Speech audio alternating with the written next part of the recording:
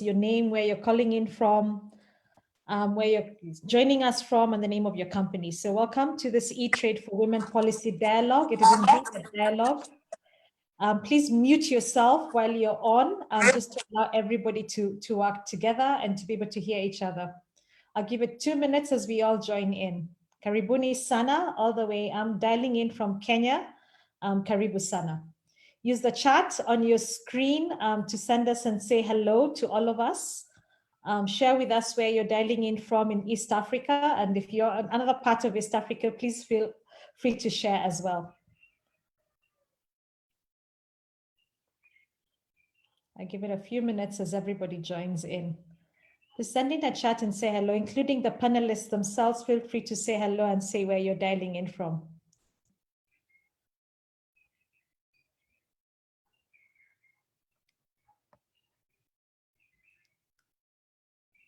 Okay, with us today in this amazing panel of women thank you, Nicole from Geneva. Karibu sana. It's good to have you here. With us today is a set of amazing women with some interesting questions for us to share our food for thoughts. So let's go into our food for thought questions, and I'd love you to just think through these questions as we start out. You know, what do we think about MMEs and SMEs in relation to digital? What do we think about the after eTrade? What does COVID-19 mean and trade for us and eTrade? What does it mean for us as government, and how can we support regional integration? And how can the sector leverage on the private, regional integration issues? So this is questions we're going to be thinking about. We may not answer all of them in the time we have, but please feel free to comment on this food for thought questions. Feel free to speak in, feel free to chat in. We'll try and speak to your chat. And if you have any questions, please use the Q&A in front of your screen to be able to share with us. I'm going to start and introduce the amazing panelists I have on screen. Thank you, women, for being here. It's great to be in a panel of women. We have Ms. Clarisse Iribagiza, and she is the CEO of HeHe. It's great to have you, Clarisse, here. Thank you for joining us. Greetings to all the Rwandese joining in. Are you in Rwanda at the moment? All right, so Clarisse founded this company 10 years ago, and you can see the details in the screen in front of you and what she has done. Amazing stuff, digitizing over 200 businesses in the sector. And so she's also in charge, or really was appointed as the UN UNCTAD eTrade for Women advocate for the region. And so we are excited to have her here, not just as a panelist, but really the advocate for the region. As well, we have Dr. Ife Ogo. Ife, welcome in. Are you dialing in from Ethiopia or from Nigeria? I'm currently in Ghana. Are you in Ghana? Oh, fantastic country. So welcome in, Ife. She's a legal economist and trade specialist with AFTA, and we're looking so much forward to hearing her thoughts on eTrade and eTrade for women. And she's really the regional coordination specialist. You're able to reach any of these women at any time after this session. Let's move on to our next set of three amazing women. We have Diane Siangozza. She's the head of Special Economic Zones and Exports Department at the Rwanda Development Board. She has held several positions there and has reason to really lead the issues on exports in Rwanda and across in the region. So Diane, karibu sana. I hope you're dialing in from Rwanda or wherever you're dialing in from. And joining us as well is Ms. Mercy Wanjau, the Acting Director General of the Communications Authority of Kenya. Ms. Wanjau also holds a legal background, and it's great to have you here, not only thinking about policy and the legal issues in the regulatory sector. Mercy has been in this sector for very many years and really understands the regulatory space really well. It's great to have you, Mercy. Are you joining in from Kenya? We'll move in. I think she's joining in from Kenya. And we're moving all right. Karibu sana, and we have our last panelist and joining us, and last does not mean fast, is Nekesa Were. Fantastic to have you, Nekesa, the Director of Strategy at Afrilabs. And really, I've known Nekesa for a long while, has been so passionate about hubs in the continent. Anything to do with women and hubs and technology, I think you must speak to Nekesa about it. So welcome in, amazing, amazing women, and we look forward to having a fantastic conversation with you all. I can see a lot of people chatting in now and saying where they're calling in from. Jean from Cape Town, Karibu sana. Jen Ak from Rwanda, Karibu sana. So Just feel free to let us know where you're dialing in from in the chats and where you're calling in from as we start the questions before us. So to start us off, I'm going to start with you, Dr. Ikfo, really think through and thinking what this is the eTrade for women. And this is part of an eTrade for Masterclass for Eastern Africa for those joining in. Today, this particular session is live for everybody here, just so that we can all have you participate in the eTrade for Women. I encourage you, if you've never joined the eTrade for Women Masterclass, to please take some time and join the next one. It's offered across the globe and in the continents. And please feel free to register for the next one that's coming along. We only broadcast a public session on this particular session. So during the next hour, we hope to touch on a number of issues, including the African Continental Free Trade Agreement, or ACTA. We're going to think about e-commerce. We're going to think about the digital economy. And of course, we'll focus on the opportunities on SMEs and SMEs, as we call it. So we'll take a few questions at the end of the session, but karibuni sana as we start. I have introduced the panelists. I'm going to go straight to the questions. And Dr. Ikfo, allow me to call you Daktari, and as well, Ms. Ife, and calling in from Ghana. And just let us start off with thinking through about AFTA. It's a new thing in the continent. We now are hearing everybody talk about trade in Africa and trading and opportunities. What are the opportunities you think for trade for us in the continent as women and on e-trade issues and e-commerce? Could you speak to that? Right. No, thank you. And thanks, and it's nice to see everyone. Good morning.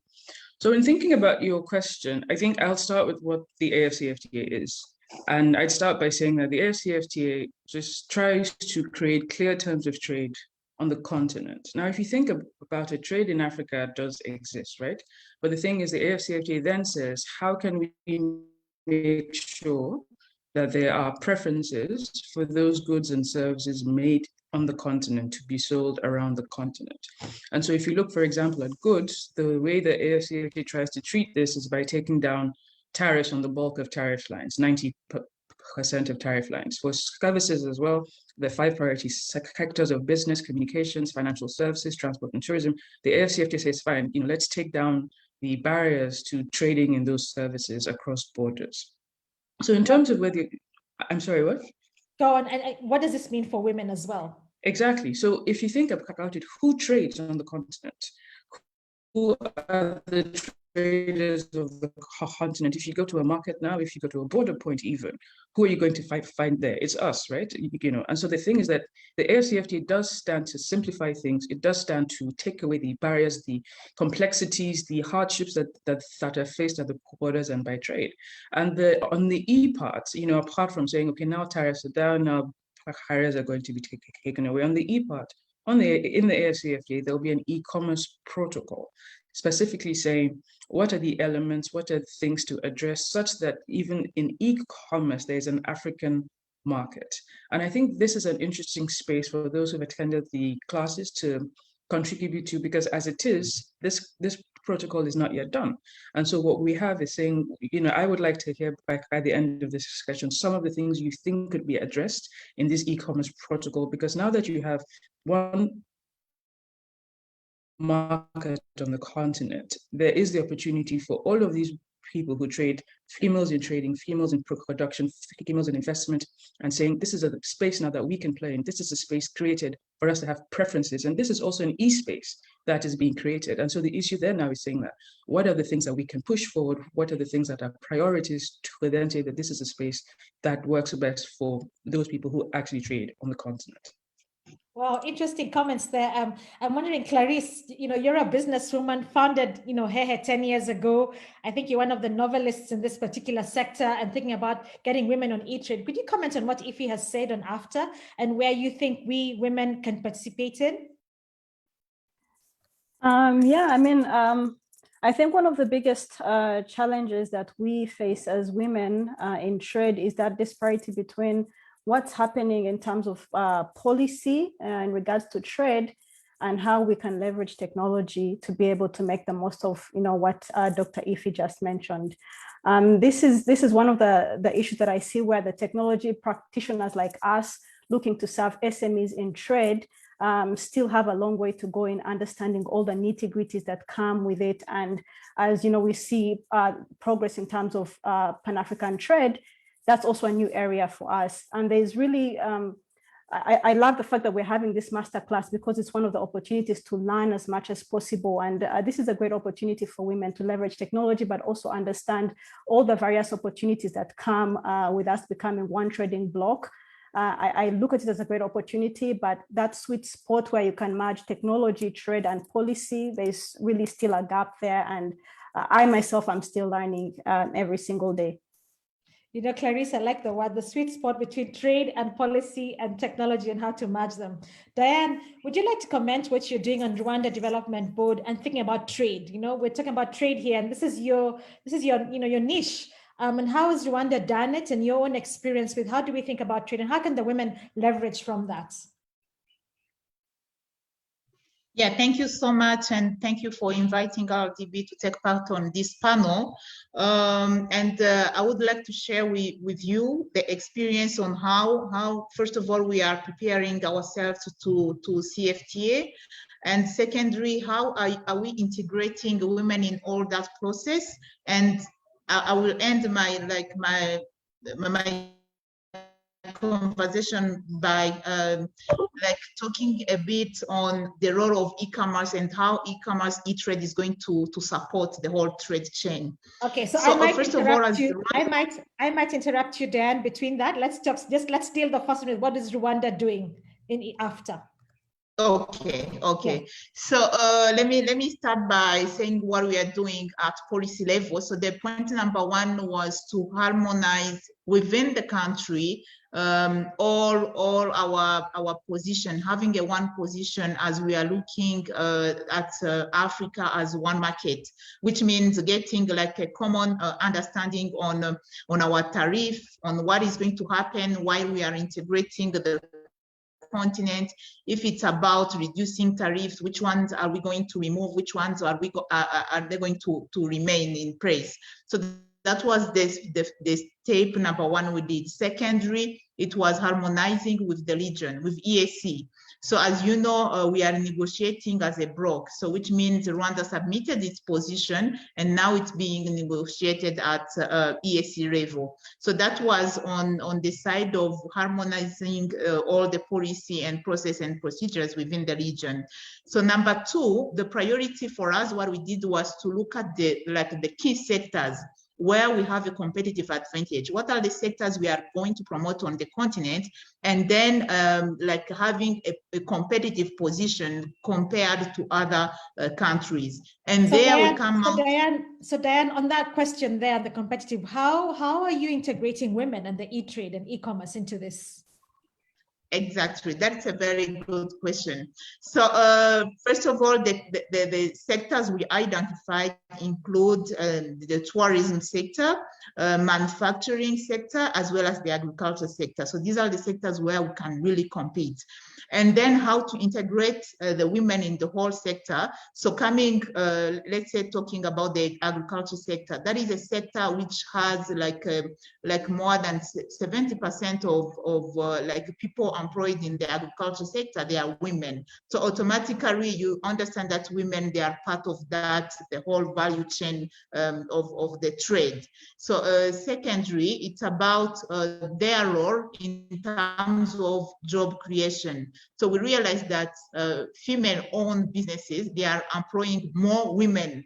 So which means with that element of creating jobs for women, they are also playing a key role in the regional or in the continental trade. So okay. Okay. Yes. Thank you. I'm going to stop you there just so that because we're going to go into the after trade, but it's already, we're beginning to see that after is here for women. We can already begin to see that there is a role for us to play. Dr. Ife has already discussed a little bit about what it means for us to join after as women, and I'm hoping she's going to continue in that conversation. Maybe to Ife, just before we move on to the next thing, I was just thinking, you know, what could you tell the women joining in? How can they participate in after? Right. Okay. There are many ways to do it, but I think some of the more pragmatic ways to attempt to do this is if there's a chamber of commerce in your town, in your country, that's a good way to find out. In every country, there's a chief negotiator. And in most countries, there should be an ASCFTA grouping, a committee. And so these are information points as to understand what your country is doing in the ASCFTA. There's also the Africa Trade Observatory. which will also highlight opportunities and say what you're interested in exporting or importing and from where. There's a list of resources, but I'll share in the chat. Excellent. Thank you very much. So it's one thing to talk about trade. It's another thing to talk about digital. So I'm going to come to you, Nekesa, as the regional head of Afrilabs for the continent, and thinking through, and the director of strategy of Afrilabs as well, with 268 hubs across 49 African countries. I could be wrong on the count, but I think it's almost at that count. So that's 268 hubs across the continent. That's amazing. Supporting so many SMEs. Could you tell us about the vibrant ecosystem and how hubs are getting ready to capture the digital economy and trade sector? Yeah, sure. And thank you for having me, Monica. So it is actually 292 hubs across 49 African countries. We had an intake recently and actually looking forward to hitting 300, hopefully by October when we celebrate our 10th anniversary. Excellent. Now, about the ecosystem and how vibrant it is, I think what impresses me most and what I'm most excited about is the growth that I've been able to witness across 10 years that Afrilabs has been in existence. And if you think about, say, what we had in 2010 or 2011, it was really just hubs, a few hubs across the continent, not really connecting to each other. And then if you fast forward to now, I think the studies that you've seen say there's close to 800 hubs across the continent. We now have national networks that I'll talk a bit about. And then there's individual hubs that are slowly looking to expand across the continent to take advantage of several things, including the free trade area. So with regards to Afrilabs and what our mandate is we are seeking, our primary audience is the hub. And so we are seeking to ensure that the hubs are as best positioned as possible to support the innovators within their individual communities. And as Afrilabs, we see our community is about 1 million innovators, and this is collectively the innovators that are housed by our 292 hubs. So how we seek to do this is to, one, fund the hubs where we can with microgrants, and we do this with the support of several partners, including the French Development Agency. We seek to have relevant content that they can learn from. And so we're constantly updating our knowledge portal with information that's relevant for hubs. And I mean, definitely the network that they're in, if you have 291 other hubs like yourself, it is a vibrant network, that you want to be in. And slowly we are introducing our data arm or our research arm. And so what this means is we'll also be collecting relevant data that we learn from that enables us to stay relevant. Now, what I love about this is that it then allows Afrilabs to contribute to national networks wherever they are. Sorry, it sounds like someone has decided to construct now of all times. So it allows for us to support the hubs in supporting their individual community members. And also it's kind of a symbiotic relationship, because the kind of data that we collect, the kind of information that we seek to make sense of and then churn back to the hubs is really coming from them, right? And so I'll give one example. At Afrilabs, and I'm director of strategy, so my huge focus right now is figuring out what our next 10 years looks like. And what's become increasingly apparent to us, what's becoming very clear to us now, is that we need to drill down to the granular data of the different ecosystems, so the regional ecosystems, the national ecosystems, and to some extent, even within the counties or the cities, or whatever it is that particular African country is doing. And the reason that we want to do this is because we understand that you need to put humans first, and this is something that you'll find across the board with hubs. And so to be able to participate and to support that woman in business in Nakuru or in Abuja, you need to understand the community in which she lives and her particular circumstances. And then based off of that, as a hub, you need to be able to create that framework or that ecosystem that supports her and the work that she wants to do, but then also that is relevant to that ecosystem or that space in Abuja or in Nakuru. Right? And then once you do that, we need to understand how it plugs into the national network and what is important for that country with regards to digital space. And then it plugs back into Afrilabs. And so it's kind of just, it's a nice Yeah, full wheel of information. Yes. Maybe just because I have you on, speaking about Afrilabs, could you talk to us about the women in in all the different labs, and where are you seeing women and trade, and how is the hubs helping support women and trade and eTrade in the labs? Okay. So first, let me say again, while I was doing a lot of my reading up to define the Afrilabs strategy, one of the things that I was writing about was what are the markers of success, or rather, what are the things that enable hubs to be successful? And what was interesting for me when I began to interrogate the case studies of the hubs that I was looking at is that majority of them had women in leadership, at the hub level.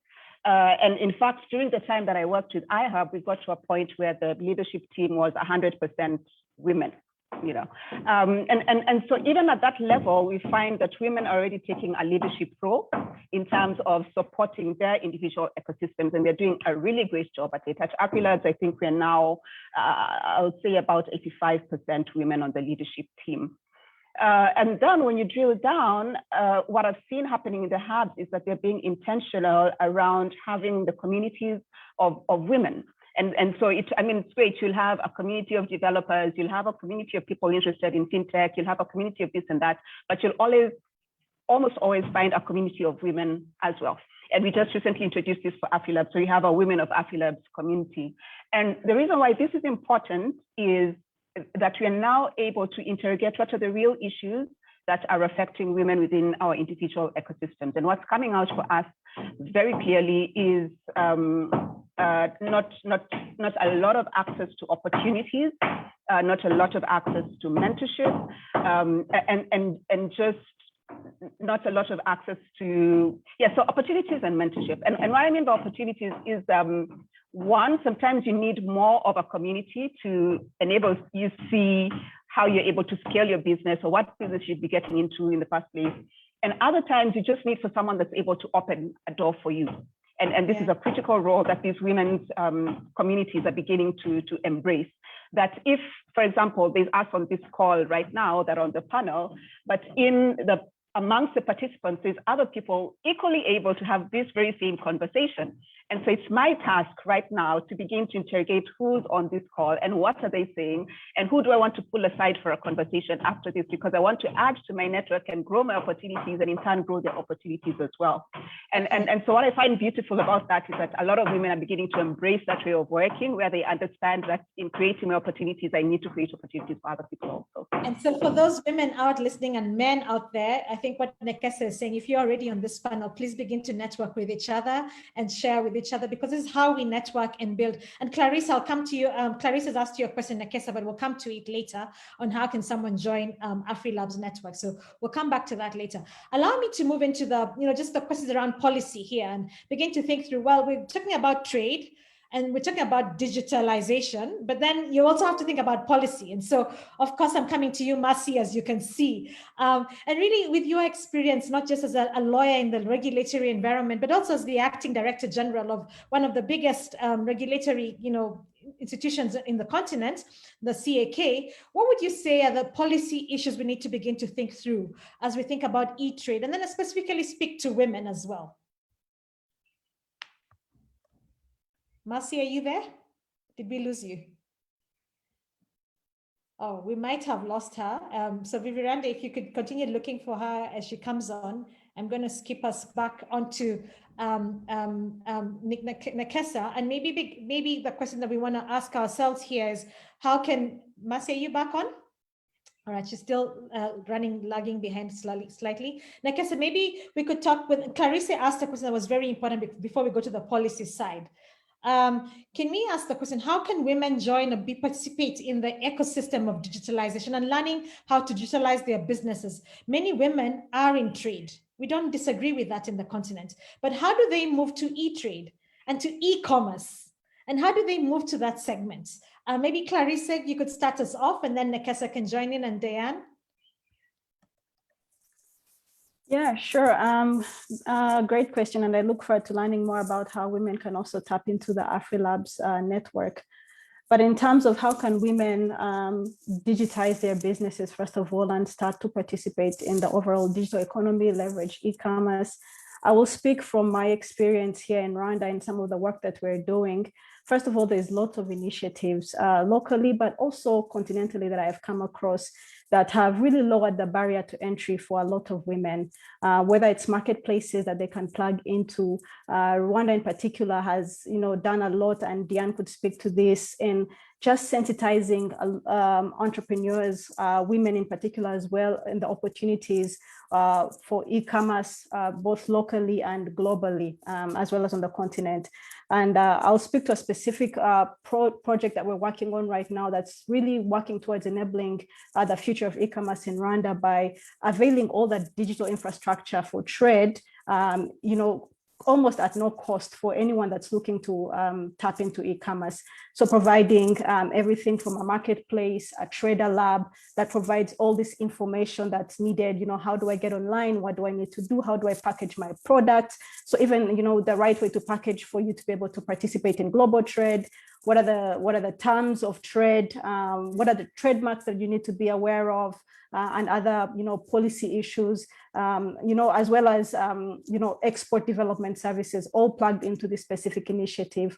So yeah, there's lots of things that can be done. And I personally believe it's a great opportunity. Again, women are in trade, we agree on that point, but leveraging e-commerce is really one of the most critical ways for them to actually have a leg up in terms of what they can achieve in trade overall. For me, in terms of the experience we've had with digitizing over 200 businesses, majority of whom are women, about 60%, this allows for them to actually have more time, more flexibility, more negotiating power. All sorts of opportunities come as a result of them taking this step. Clarisse, can you, just on that, I know it's easy to sort of say, but can you speak, you're running as a CEO, you're running this company and you're getting women digitalized. Could you speak to what it means, the challenges you see women have in getting digitalized and becoming e-commerce? It's one thing to say, I trade without digital. What are the things that what are the hurdles they have to go through, and how are you helping them out? Yeah, so one of the biggest hurdles for most women is that they're juggling a lot of things. She has a small shop, or maybe she's working out of her backyard, making something. Maybe she's just knitting some clothes together, or she's got a small shop. And they have family to balance as well. Just being able to take care of their children.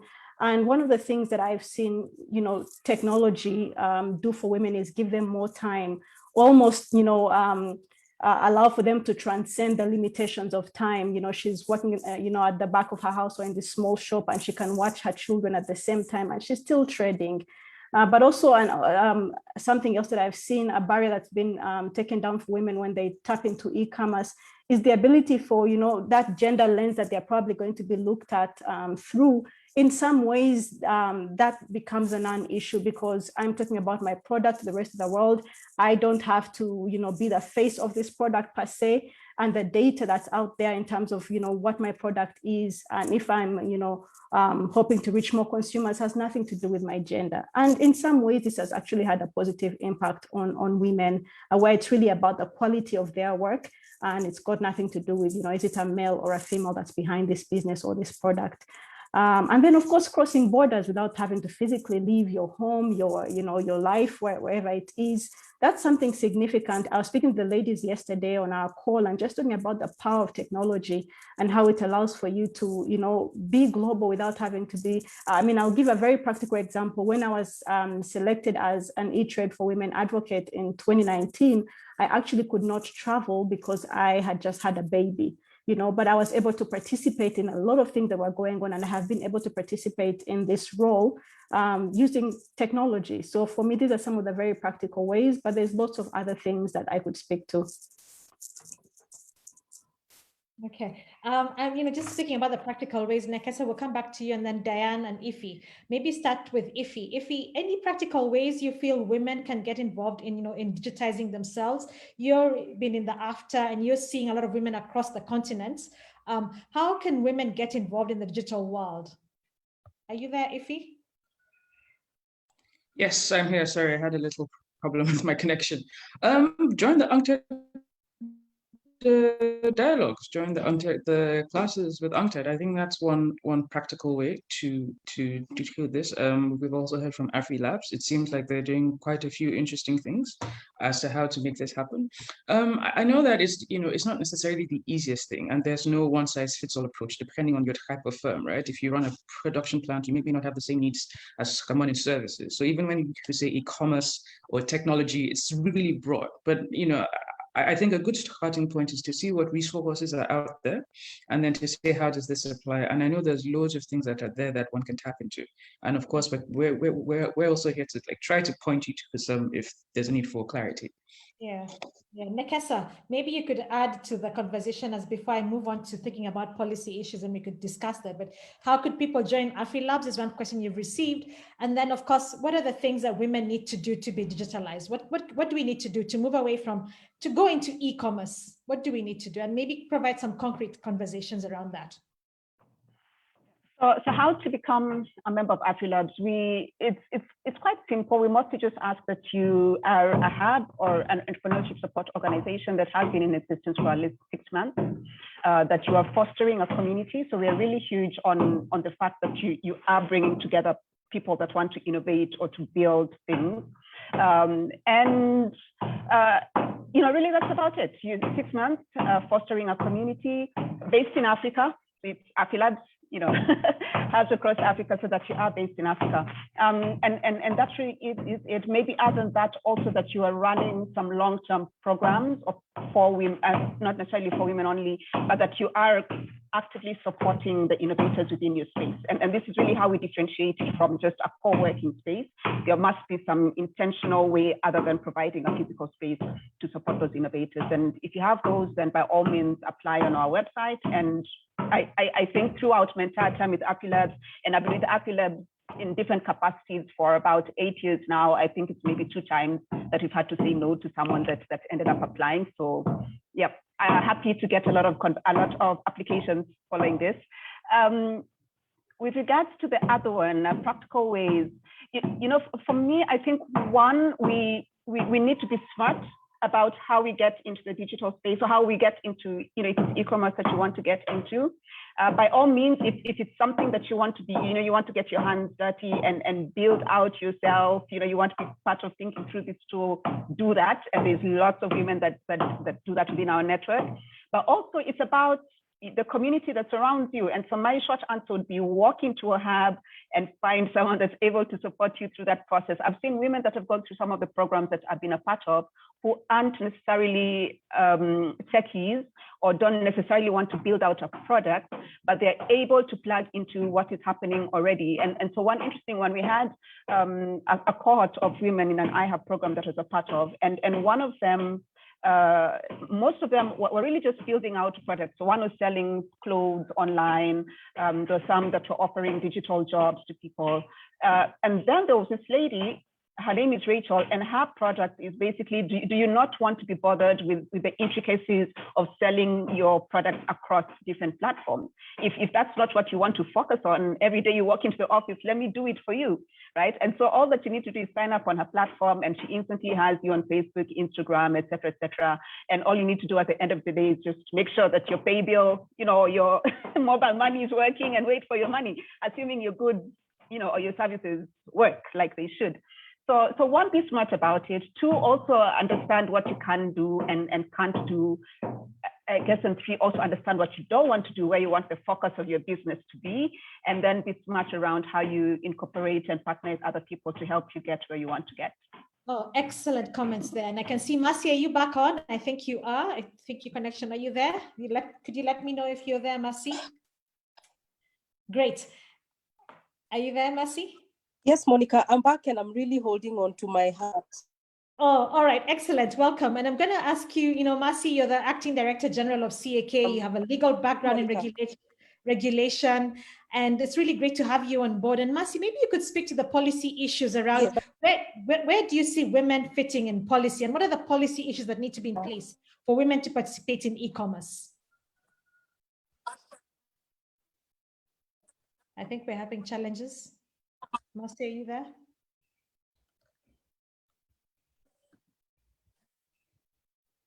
Okay, thank you. Apologizing to camera. Of my camera. Can you hear me? We can hear you slightly. If you could be a little bit, we'll hear you. Yes, go on, Masi.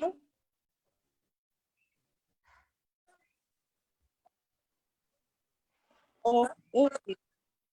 So to the issue, because what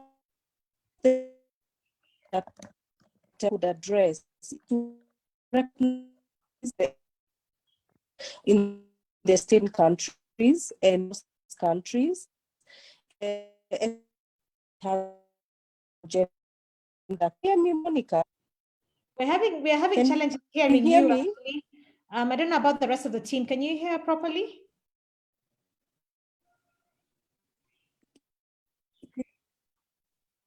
Clarisse and team, can you hear her? No, we can't hear you, Masi. So let's we'll continue. Let's move to the policy issues, and Masi will try and join us later. Sorry about your connections, Masi.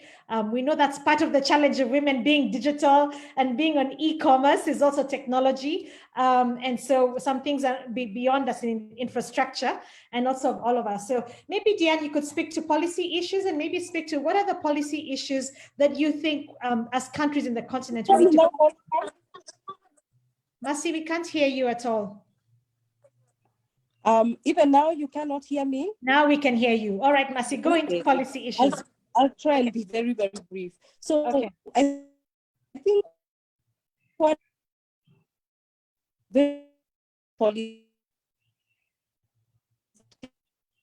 Masi, we're losing you. We're losing you totally. We have the state of digitization. We of the digital data seems really clear, and let me do an email and you can read. All right, thank you, Masi, for that. I think, Diane, could you speak to the policy issues, and maybe Masi can sort of chat in on the chat, and speak to the policy issues that we have for women joining e-commerce. Diane? Yeah, so thank you.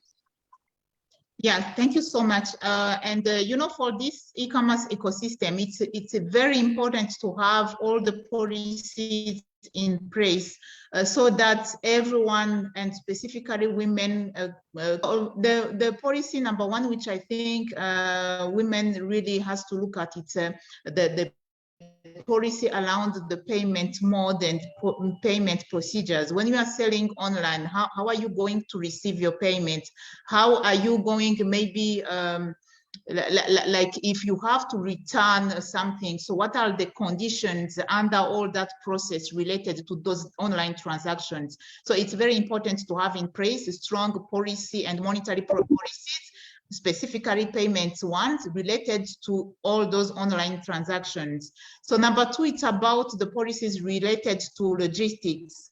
Once if I'm delivering my product, maybe and before you move to number two, and you've talked about online and money and making sure money payments are in place, and I think it's important that we'll come back and talk about, I don't know what your experience is with, you know, the policy on money and online payments. Maybe you could speak a little bit to that before we go on. Just, you know, share a little bit about what you have seen in that sector.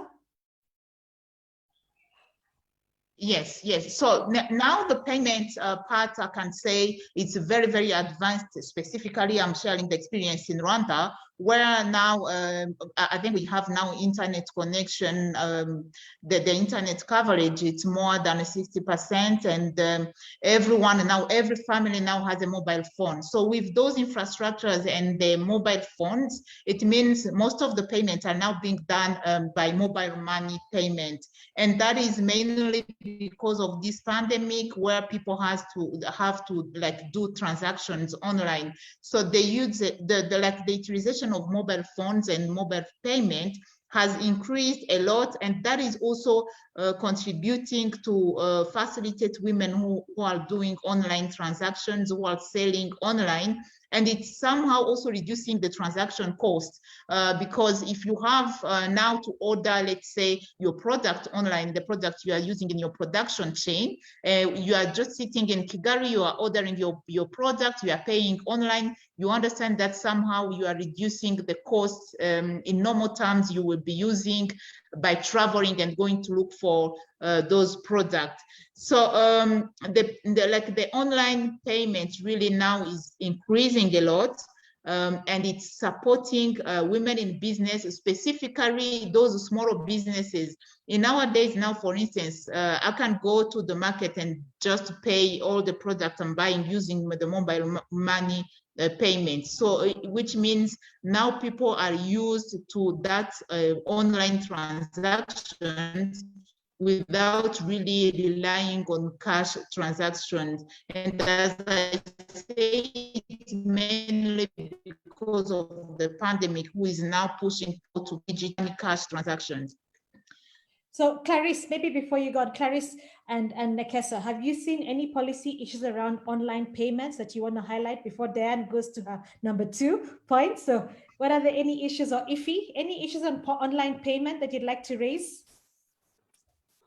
I think for me, it's also one of the challenges that a lot of businesses that are looking to tap into e-commerce are facing, and that's the high transaction costs. And I speak to a lot of SMEs who are trying to understand, if I grow my volumes, if I jump through all these hoops that the bank has told me or the MNO has told me about, will I be able to address this transaction cost issue? And I know recently the National Bank of Rwanda removed some transaction costs in regards to your push-pull from your bank account to your mobile money account.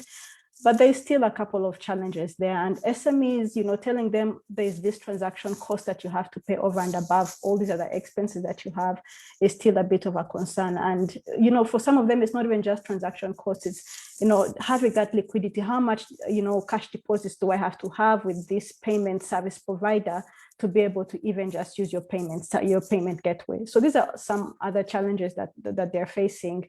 And, again, data, how's the data that these SMEs are providing being used?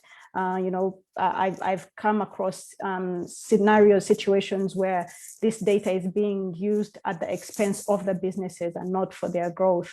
So those are some of the issues that their payment data, So those are some of the other issues that, good policies could address. Nekesa, anything you want to highlight on the payment issues and mobile transaction and/or IFI? Yes.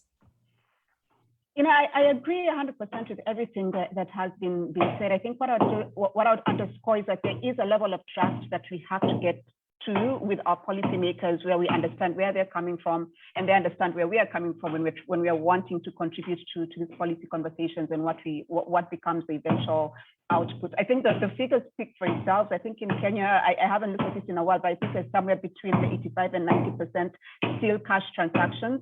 So that already tells you that despite the fact that there is the opportunity for e-commerce and mobile payments, there is still a critical mass of people that do not believe in it and prefer to still manage their cash transactions because they don't 100% feel that what has been put in place currently works for them, and we can't blame them.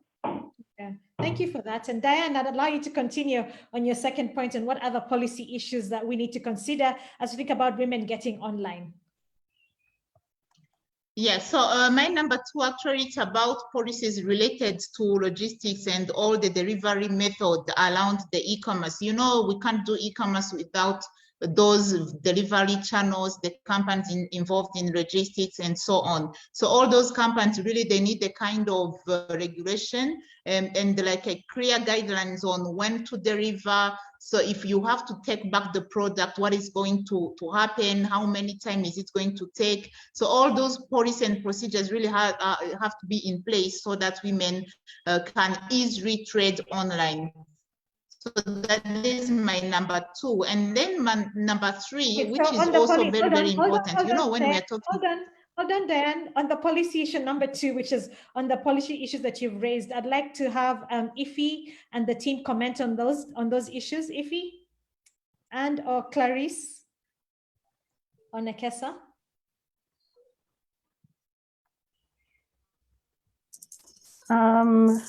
Again, for me, issues around logistics, I would say that there's still a huge knowledge gap from the practitioners themselves in understanding how e-commerce can actually be leveraged to grow their business, and a huge chunk of their pie.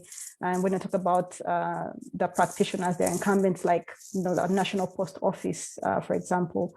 A huge chunk of their pie is being eaten into by new entrants who understand the opportunity that e-commerce presents. And I think addressing that knowledge gap and just showing them tangibly where the growth is, where the future is in terms of how do you move goods, across from the source to the end consumer, how technology is playing a much greater role in that. I think it will go a long way in addressing some of the logistical issues when it comes to the policies. But I think there's still just a gap in understanding what that opportunity is from the people that are doing this business.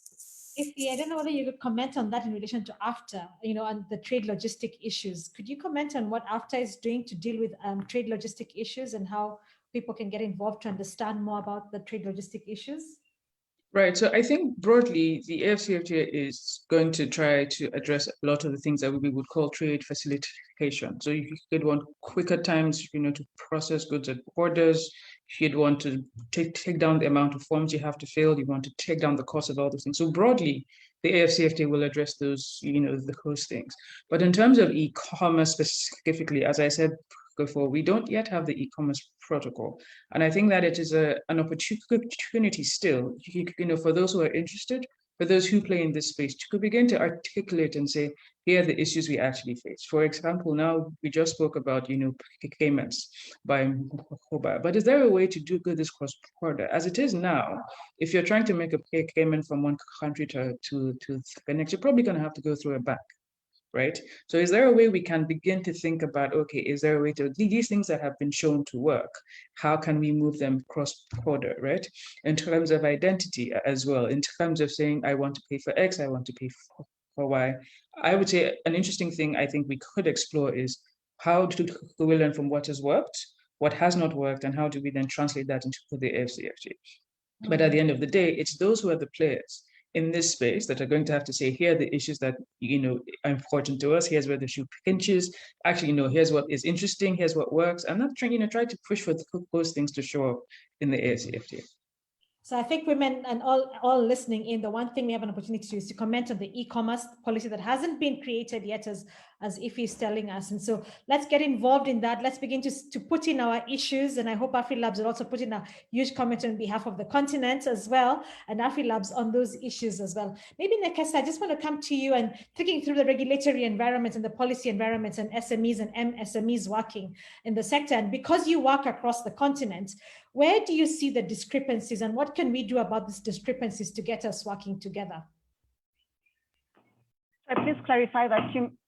So the discrepancies around women getting involved in e-commerce across the continent, where do you see the big discrepancies, especially given your role with the different company, hubs that you're working in the continents? So I think there's several issues.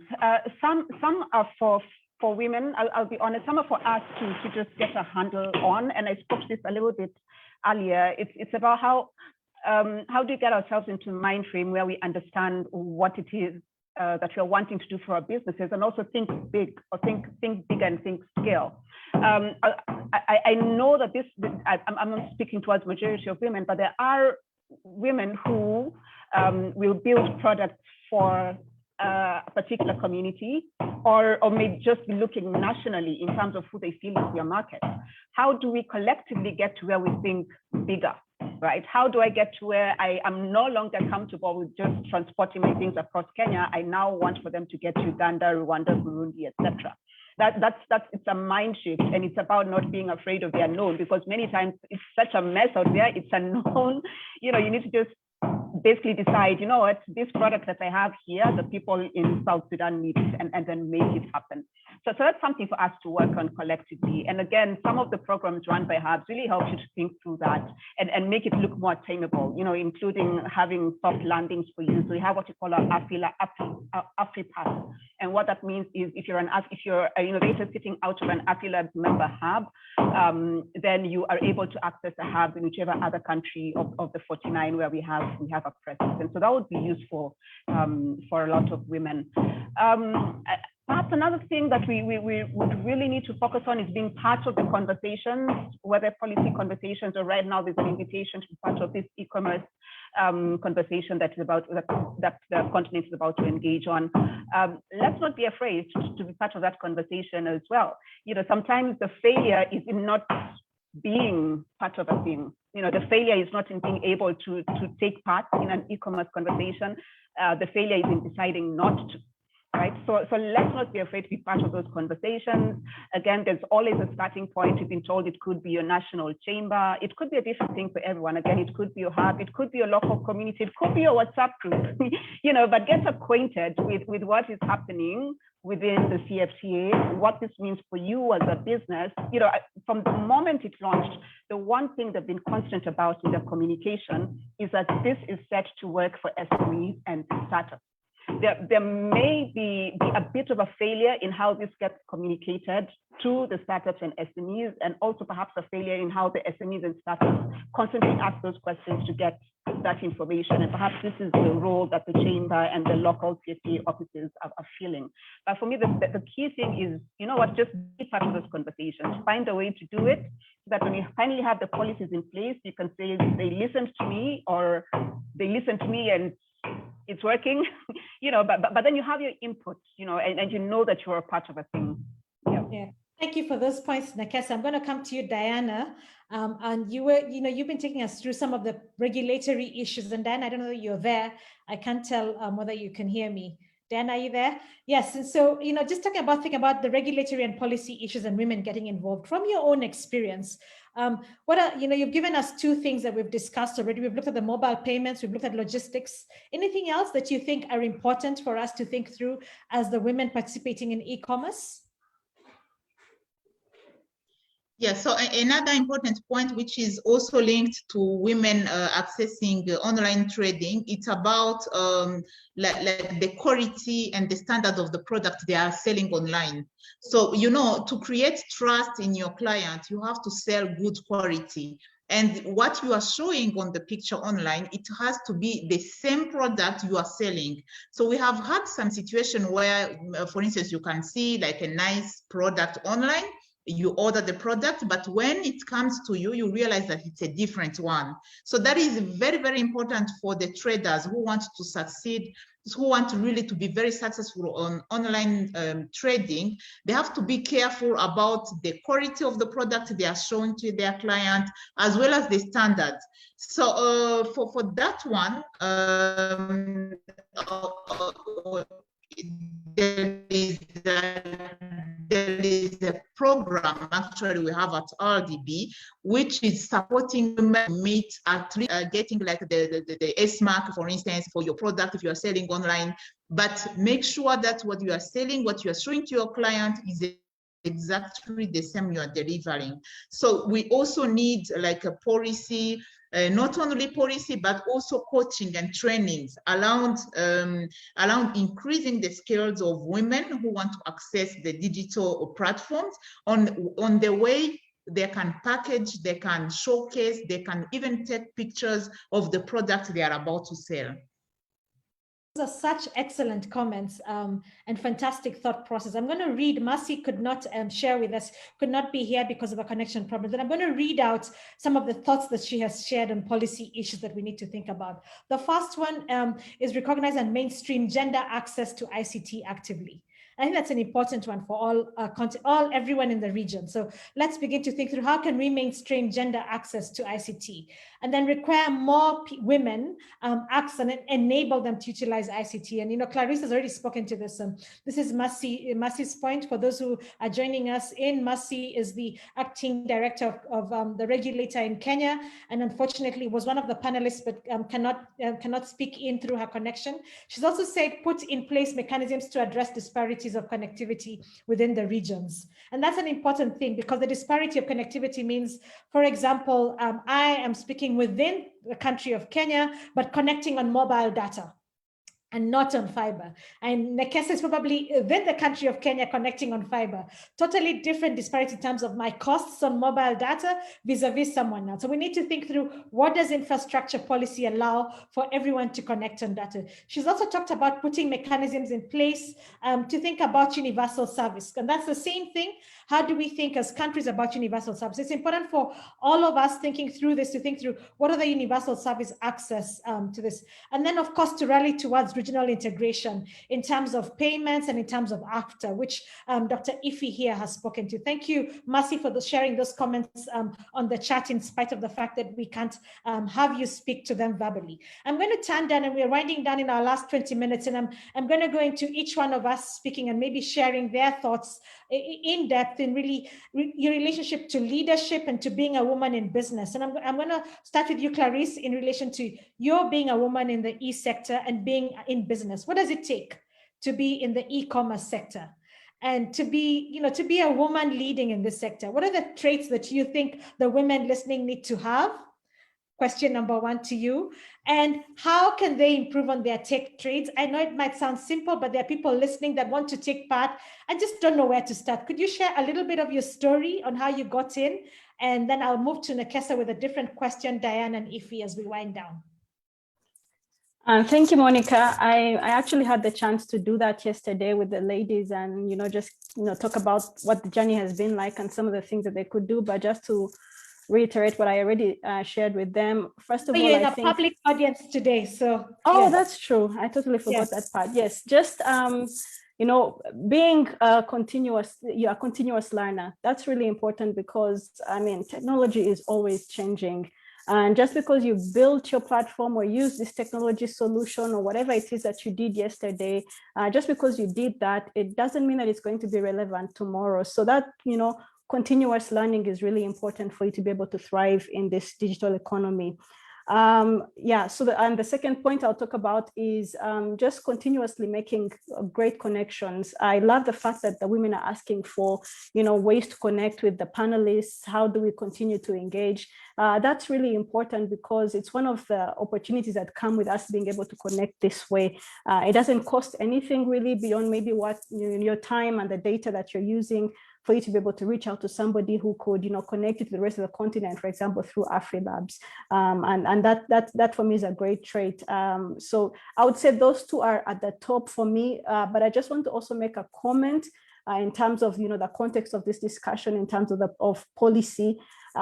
Just for anyone that's involved in policy in one way or another, I would say it's an opportunity to not to use it to create barriers, which is something I've often seen. And Dr. Ife, you talked about how you're thinking through and after eTrade policy or e-commerce policy. It should be an opportunity to tear down barriers to trade and not to bring up more barriers. And this is something we've seen happen in the ecosystem a lot. I figured out something, I'm trying to do it online, and all of a sudden some policy comes up that's actually a barrier to me doing that. It's really at the end of the day supposed to build trust amongst, who are all the actors in the space, consumers, the businesses, but also increase access. We talked about technology, internet access specifically.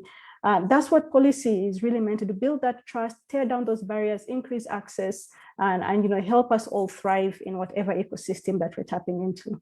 And thank you so much for having me here today. Thanks, Clarisse. It's so good to have you. And thank you for really talking about the fact that regulation is actually, they actually say good policy is no regulation. So really, we need to think through what are we doing in terms of regulation and how do we help it. But great to have you. And I hope the people listening in will get in touch with you and get to see your businesses and get to hear from her.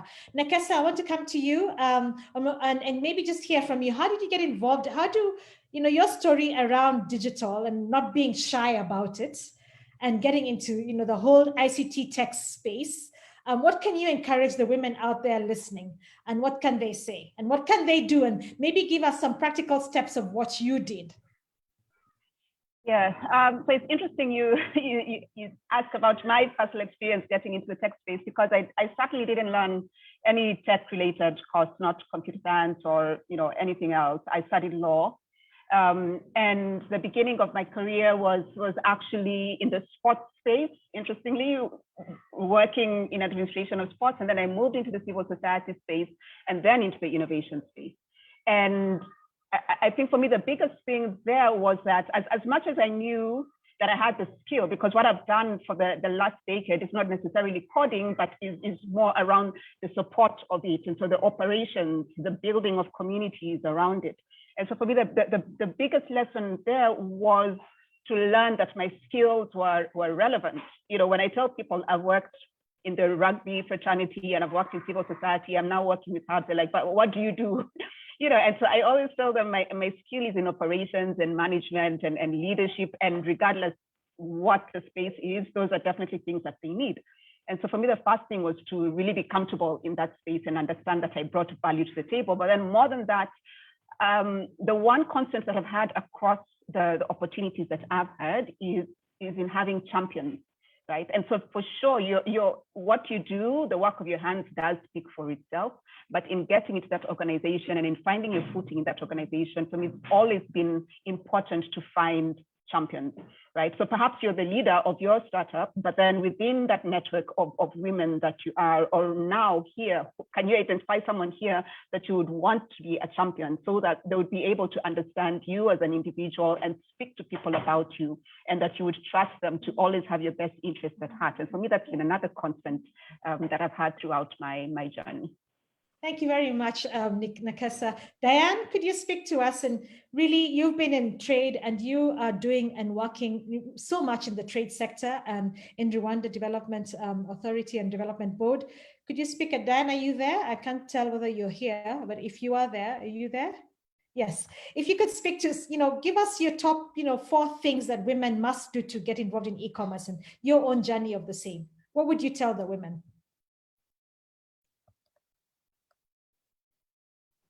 Yeah, so thank you so much for that question. Look, connecting women to trade or to e-commerce, it's not only getting like a big number of them joining the e-commerce or even having like volumes being sold online. It's also about supporting them to grow, helping them like growing their businesses and being ready for that exposure of connecting to eTrade. The eTrade itself brings in like more challenges as it was explained. So to be able to face those challenges already, so you need a certain level of growth. So which means what I can say to those women, so the point number 1, it's about capacity building, educating themselves, and being able to online platforms available for them. So number 2, it's about like making sure that they are meeting standards, as I said. And then number 4, it's about like working hard and making sure that they are able to access some finance, because access to finance is very critical in any business. So you have to be like to work very hard and make sure that you are accessing the finance, you are financing your businesses, you are growing, and you are connected to the online trading. And the last but not least, it's about commitment.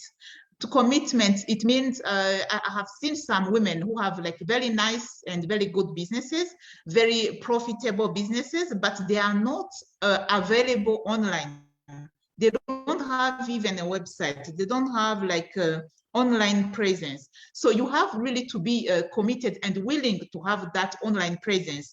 And that is like a process, and what we are really trying to educating women about being present online, which is very, very important. That is where they're going to access the information, to be connected to other women and other clients who are present virtually. So these are really the 4 elements I can tell to women to sustain their online businesses and getting profit, because in any business, at the end, what they're looking for is making money and getting profit. Thank you. Before I go to Ife, Diane, just because I'm going to come to Clarisse and Ife, and what are the mistakes you have seen? Because you're really involved in the e-commerce and getting women into the business part. We tend not to speak about the money parts and really the business bits. What are the mistakes you have seen women make? And just maybe make some 3 things that you want the women not to, mistakes or challenges that you see they get into that they shouldn't get into. Dan? Okay, so the mistake number 1, actually, it's about trust. They are not trusting virtual transactions. They are scared somehow. And number 2, it's about the confidence. So they say, look, I will not be able to go online and negotiate with a client online. So they don't have that confidence in themselves that they can make it. They can go digital. They can sell online. And number 3, it's so some of them I realize that they don't care about like a virtual presence. They don't care about having website and so on. So they have really to commit to those things. And this is now the only channel where they can access easily their client and the world in general, by the way. Yeah, thank you. Excellent points that you've raised there. Ify, I'm going to come to you as, being an actor and thinking about regional trade. Any comments you'd like to make to the women as we end in relation to trade? And then I'll go, there's one question that has been asked and it's directed at Nekesa. I'm going to ask you to address it. It's on the Q&A. But Ify, any comments? I think, look, if the AFCFTA is going to work, who's going to make it work is us who make it work. Whether you're in technology or you're in actual trading or you're in production, you're in supply chains, if the AFCFTA will work, it's the females of this continent that will make it work. So the idea, I would say, is not to see it as a far-off policy instrument that some people have said, but to really look into it, to embrace it, to engage with whatever you can, whether it's a Chamber of Commerce or it's your Ministry of Trade, however you can, whatever you can, and just go forward. There is a market space that's being created for the continent, and why not play in it? Excellent comments there. Nekesa, there's one question that was asked to you about Nigeria and Afrilabs and the hubs and women. Could you speak to that? Yeah, if I understand correctly, she's asking if there's opportunity for women in Nigeria outside of Abuja to get this kind of information. I hope that was really the question. So at Afrilabs, so I did mention Abuja because that's where we're headquartered. But in reality, Afrilabs does have over 50 member hubs, 55 member hubs in Nigeria, spread across the country. And so for this particular situation, I'd be more than happy to connect her to one of those hubs, assuming one of them is in the same location as she is.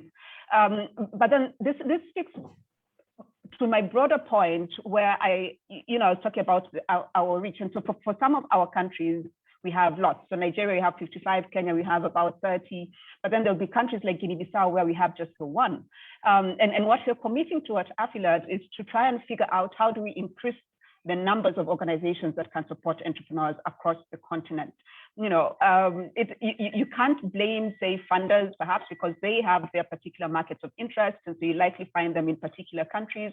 But then we understand that in order to build sustainable solutions, and especially when we begin to think about the 55 countries and not just national markets, then it's important to have these frameworks in place and enable innovators, regardless where they are across the continent, to have access to these facilities. So one way we're doing that, obviously, is by creating this network of hubs. But then within this network, the other way that we're doing that is this knowledge portal that I spoke about, which would mean when we are done with it, that regardless where you are on the continent, you do have access to content that supports you as a hub or as an entrepreneur.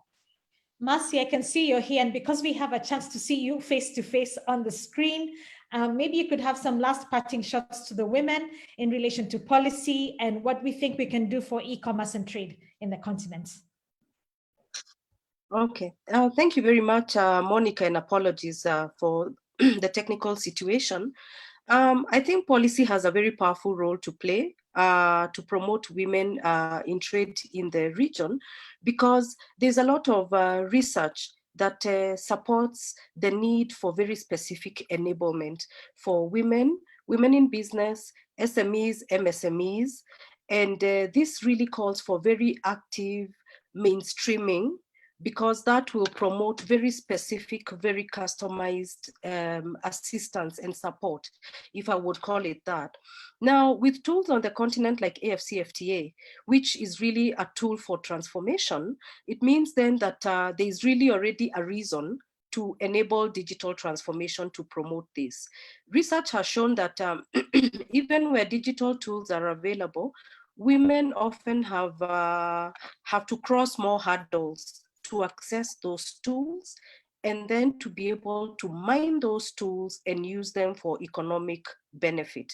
And I listened to Nekesa in and out of my technical situation, and I like what she was talking about, because hubs become very critical, especially if a hub is a place that I can come as a woman and feel safe to be vulnerable and indicate that I want to sell these clothes, I have these agricultural products, I have this livestock, this is the kind of goods and services that I would like to sell out there. Can you help me?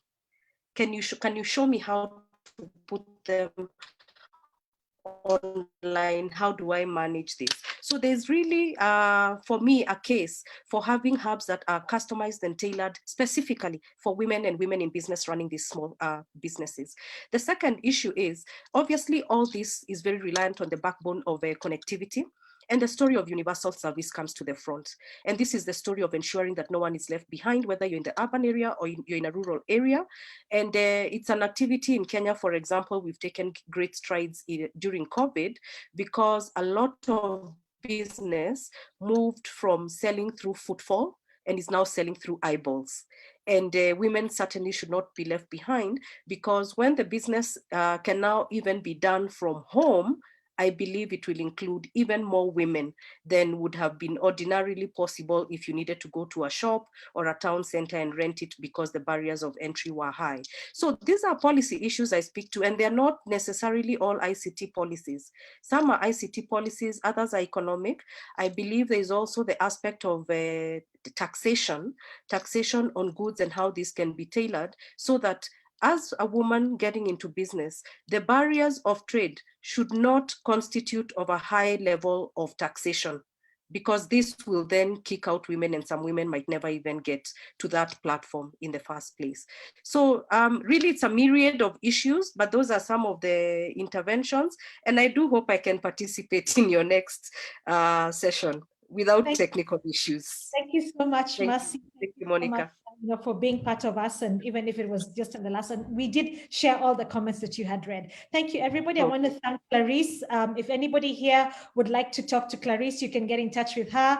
She's in the business. She's right involved in it, getting dirty and getting in the mud, and she knows what to do. If you'd like to deal with after and trade issues, there's Dr. Ife Ogo, and please get in touch with her if you would like to know, and please participate in building an e-commerce framework for after. It's not yet there, and we can participate. And Nekesa is here in Afrilabs and really walking around Afrilabs across the continent.